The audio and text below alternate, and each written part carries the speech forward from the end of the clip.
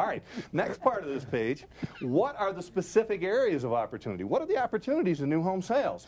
So when you think about getting into new home sales as a real estate professional, what do you usually think of? What am I going to do? I'm going to get a builder, right? Yeah. You don't got to get a builder. Everybody always says, Dennis, I want to get a builder. So the first thing we have is builder representation. Is this good business? Yes. Yeah, it could be tremendous business, right? And some of you here are actually working with several builders and so on. It's interesting. You go around the country and you study lots of companies. If there's new homes in the area, you'll find many of the top producers, top performers are involved on some level in the new homes end of things because of many of the reasons we've already talked about. So builder representation.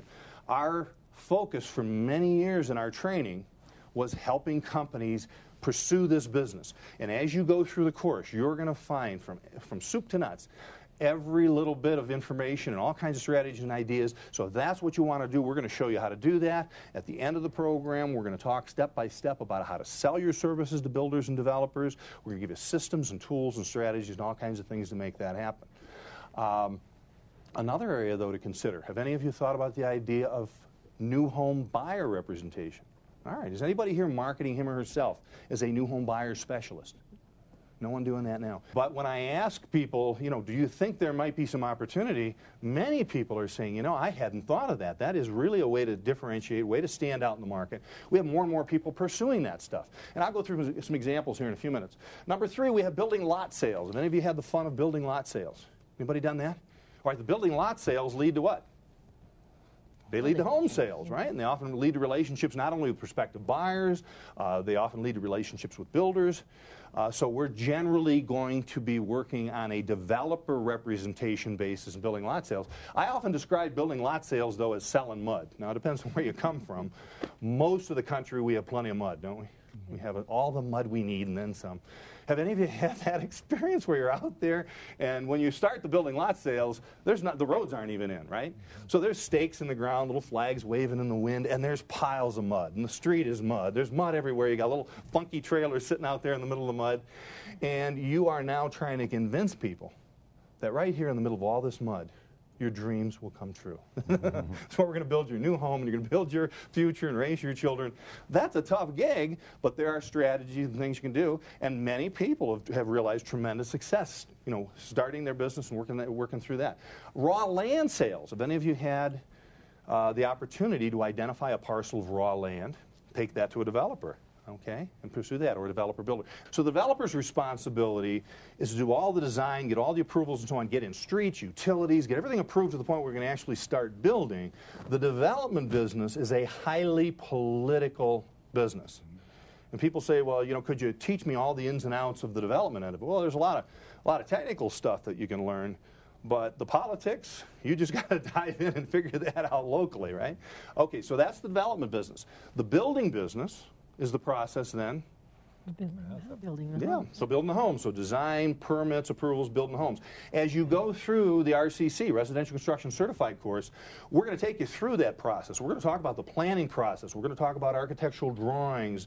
You're going to learn to read topography, and you're going to learn the fundamentals of site design. We're going to then take you through step by step the process of building a typical home as you learn blueprint reading and materials and so on. So I think you're going to really, really enjoy that. And what's neat with the CD-ROM delivery is we have hundreds and hundreds of photos and graphics and all kinds of stuff that bring that stuff to life. So I think you're going to enjoy that a great deal. So we then also, back to builders and developers, so we have developers, we have builders, and then we also have builder developers. Right, who do both. So they identify that. So we may take our raw land to someone who's a builder developer, or we may work with just developers, and then the goal is, let's say you take raw land to the developer, you certainly sell that and enjoy the benefits of that. Where ideally would you like to go with your business there? Sell the lots to the builders. Sell the lots, and then ultimately sell for all the builders. So some of the greatest success stories, we go out and we identify the raw land, we say to the developer, I'm going to help you figure out what needs to be done here. What kind of lots and how we're going to market this, and I'm going to help you meet the right builders. We're going to put together some preferred builders. I'm going to market the builders, and we have tremendous success stories going on that basis. Number 5, land development.